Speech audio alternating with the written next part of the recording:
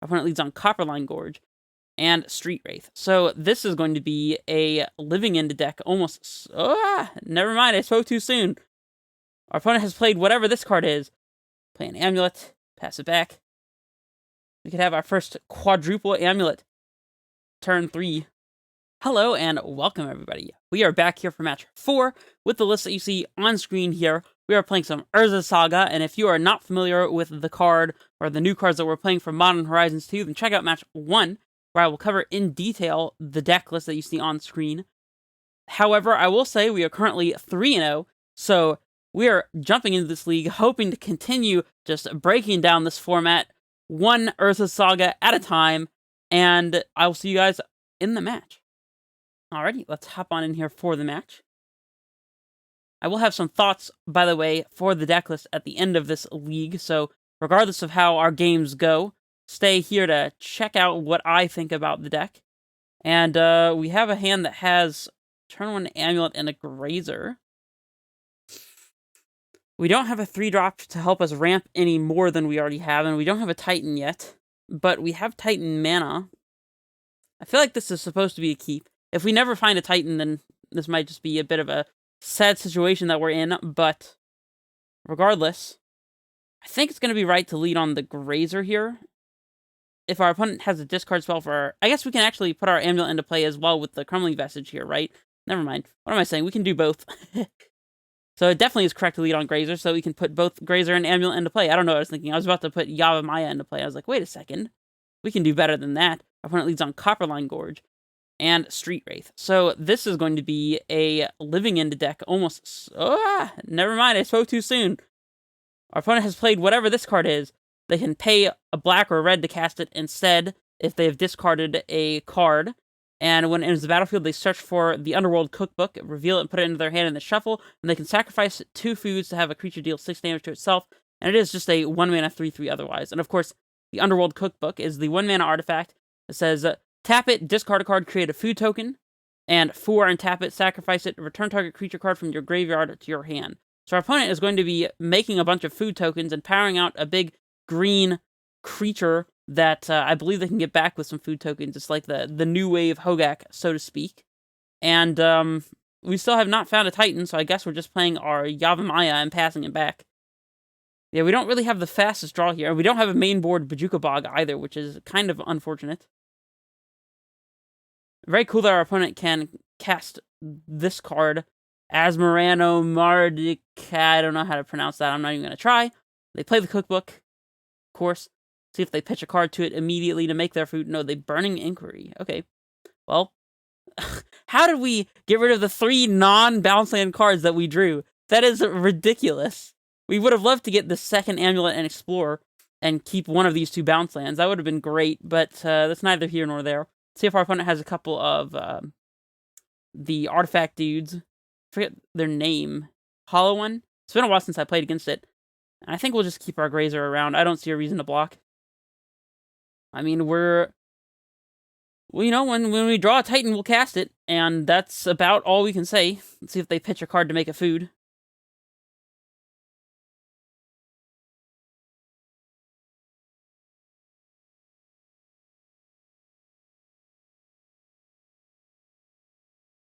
They do. They pitch this one. This is the one I was thinking of. So, Feasting Troll King is a quadruple green and 2, so 6 mana total for a 7/6 Vigilance Trample. When it enters the battlefield, if you cast it from your hand, create 3 foods. You can sacrifice 3 foods to return it from your graveyard to the battlefield, but only during their turn. So, this is the one they're trying to get back with their Underworld Cookbook, of course. It does have Trample as well, so it's not like Grazer is a super meaningful blocker against this one. And if our opponent makes a second food, they can have our Titan kill itself. Or they can just, you know, get back this one right now. The Feasting Troll King. Won't be able to attack this turn, though. Bartered Cow. When you discard it, create a food token. Interesting. Our opponent's going heavy on the food here.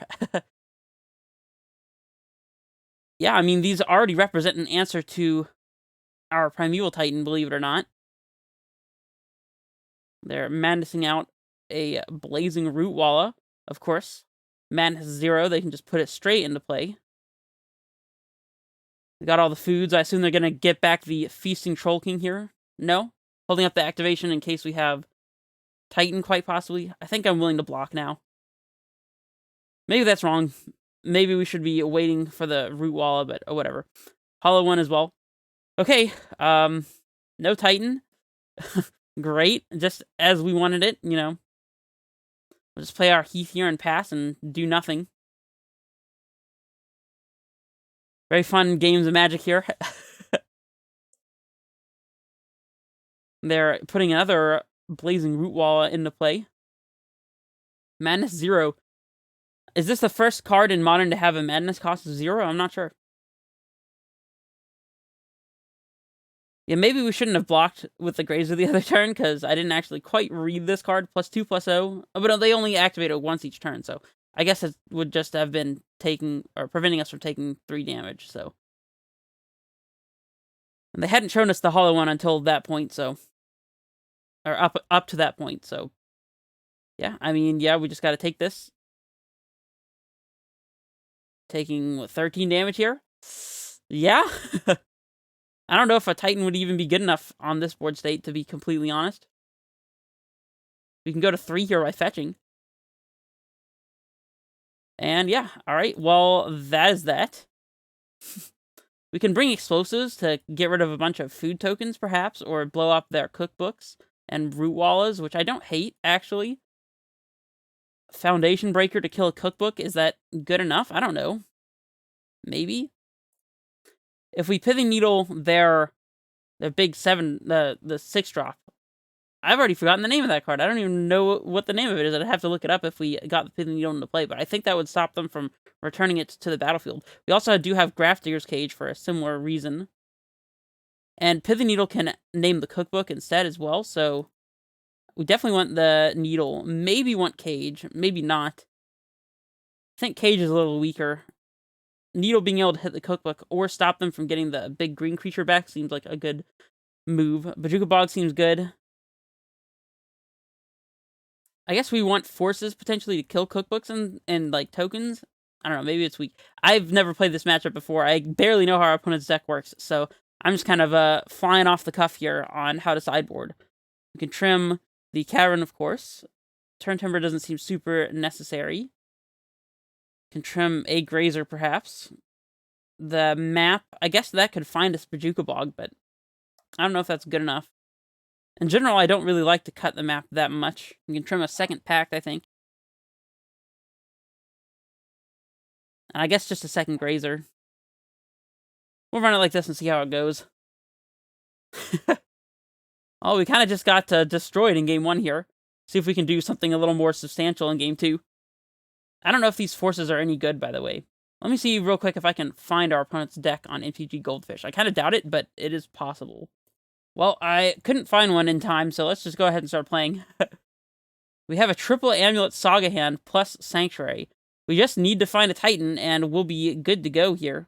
I guess our Saga can also set up a map for Talaria West. So, I mean, we're definitely keeping this, but just gotta find that Titan.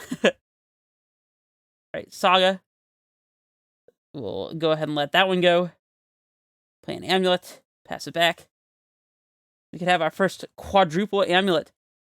Turn 3. Opponent leads on. Burning Inquiry. Well, we found our Titan, I guess. We didn't discard our Bounce Land, so that's good. They did make us pitch a Primeval Titan, but as long as they don't have Surgical, that's fine. They have freaking double Hollow one. Seems totally fair. Nothing wrong with that. They have an Ancient Grudge in the yard, which I guess we should be bogging away, huh? We'll play an Amulet out here. We'll play this Bog. Get out of here, opponent's graveyard. And no need to float the mana here. And we'll just pass it back and hope our Titan this upcoming turn is good enough. Maybe they'll just full swing these Hollow ones. They'll probably have blockers. Yeah, they have a Root Walla, which is uniquely annoying. Actually, we get to put a bunch of Titans into play this turn, so in our main phase, we want to float this mana and we'll search. And I guess we just get the Amulet here. Sure. We'll play a Sanctuary out.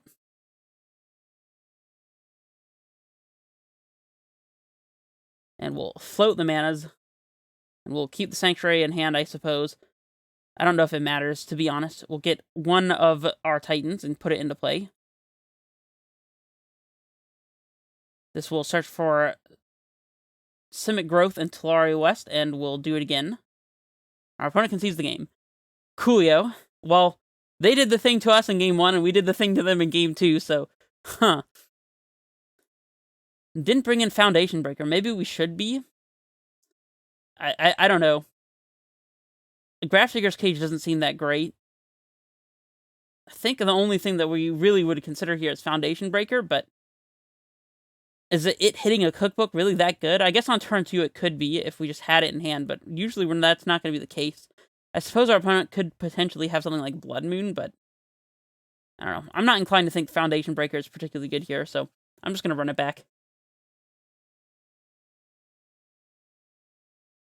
Well, our opponent's Burning Inquiry helped us find the Titan there, so that was pretty sweet. And Hand of All Lands is a pretty easy mulligan. And this hand is a pretty easy keep. The question is what to bottom here. It's not super obvious. It's probably just the Vesuva. The thing is, we could probably Vesuva a green land of our opponents. Get an Amulet into play and float the mana, play a Dryad. We'd have 4 mana afterwards, so the Grazer would put us up to 5. So if we draw a Summoner's Pact or another Grazer, or an Azusa potentially, then we'd have Titan mana on turn 3 if we ship the Vesuva. I think that's probably fine.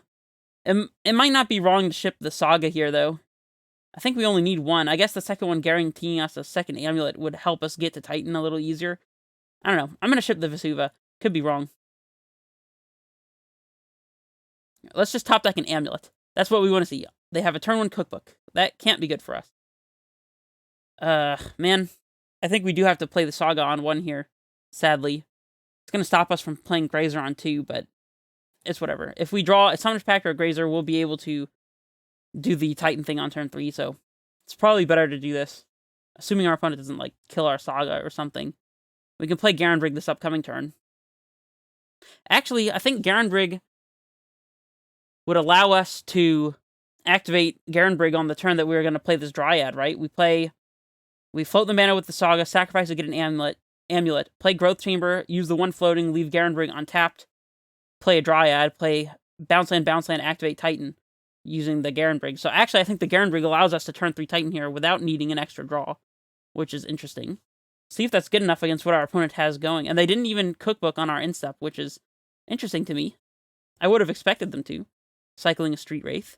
Probably have the card that has a really long, complicated name that maybe at one point in time I'll try to learn how to pronounce it, but that day is not today.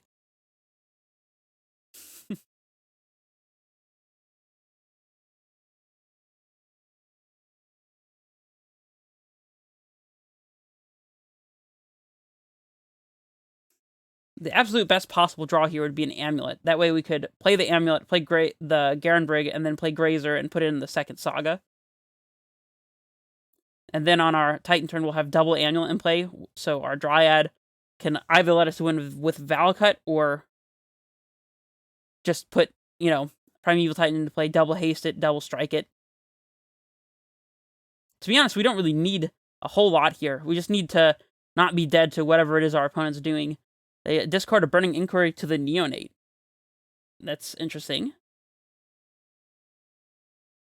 They activate Cookbook, getting rid of a land here and play a hollow one. Okay. So far, this seems pretty beatable. And now we can Pithing Needle their Cookbook? That seems very good. Well, I mean, we're doing it. Pithing Needle. The Underworld Cookbook. There we go. And we'll play out the castle tapped. No big deal. Pass it back.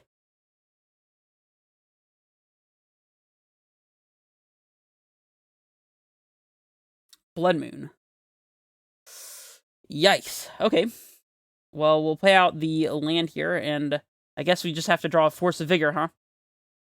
Didn't know if our opponent would actually be playing Blood Moon, but we're on a very fast clock with this hollow one, so not much we could have done about that.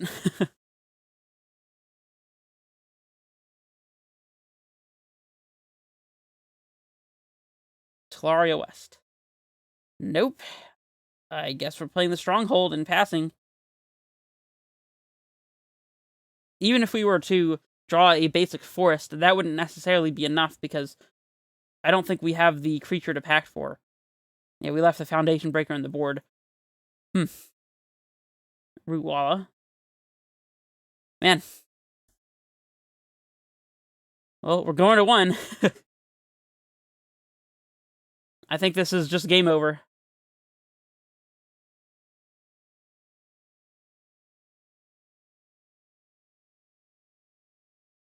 Because even if we drew the Force this upcoming turn, it's not like we can cast it immediately, so we can just go ahead and safely scoop this one up. Playing a Dryad, I guess if we draw exactly basic Forest, we can play Dryad and Grazer and have double blockers and try to go from there, I guess. And then we could draw exactly another basic Forest to cast Titan.